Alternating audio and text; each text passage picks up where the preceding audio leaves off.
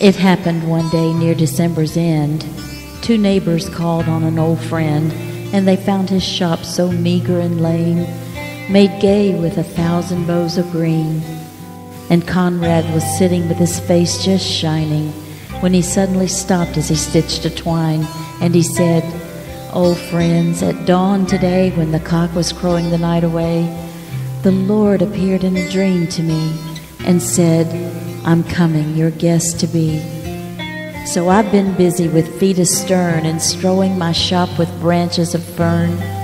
The table is spread and the kettle is shined, and over the rafters the hollies twine. Now I'll wait for my Lord to appear, and listen closely so I will hear his step as he nears my humble place, and I open the door and look on his face."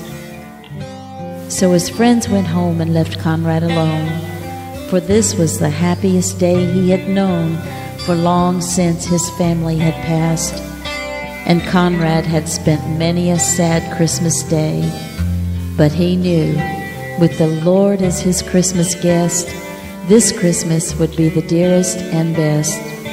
So he listened with only joy in his heart, and with every sound he would rise with a start, and look for the Lord to be at his door, like the vision he'd had a few hours before.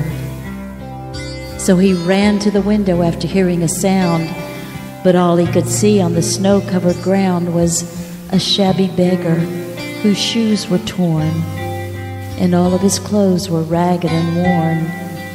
But Conrad was touched, and he went to the door and he said, "You know, your feet must be frozen and sore. I have some shoes in my shop for you, and a coat that will keep you warmer too." So with grateful heart the man went away. But Conrad noticed the time of day and wondered what made the Lord so late, and how much longer he'd have to wait.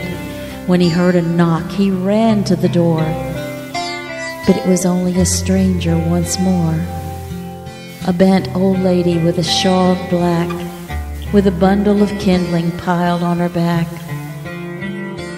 She asked only for a place to rest, but that was reserved for Conrad's great guest. But her voice seemed to plead, "Don't send me away. Let me rest for a while on Christmas Day." So Conrad brewed her a steaming cup and told her to sit at the table and sup. But after she left, he was filled with dismay, for he saw that the hours were slipping away, and the Lord hadn't come as he said he would. And Conrad felt sure he had misunderstood,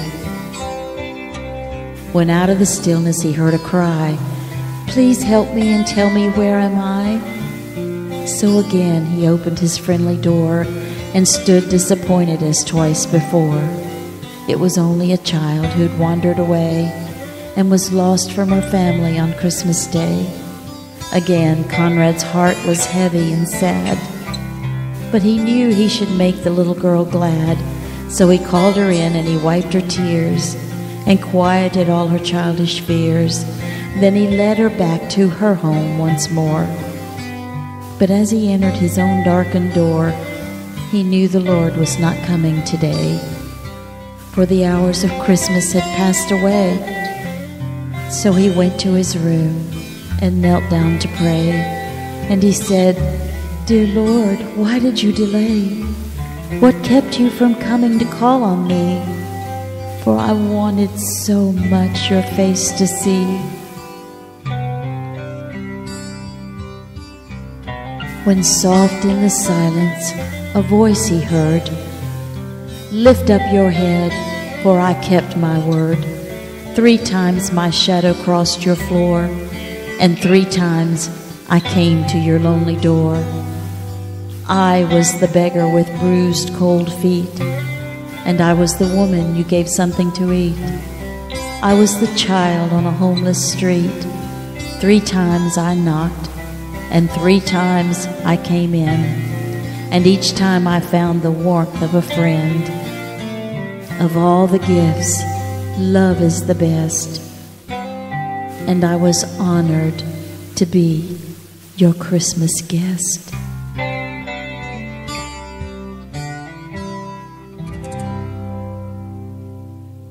Merry Christmas.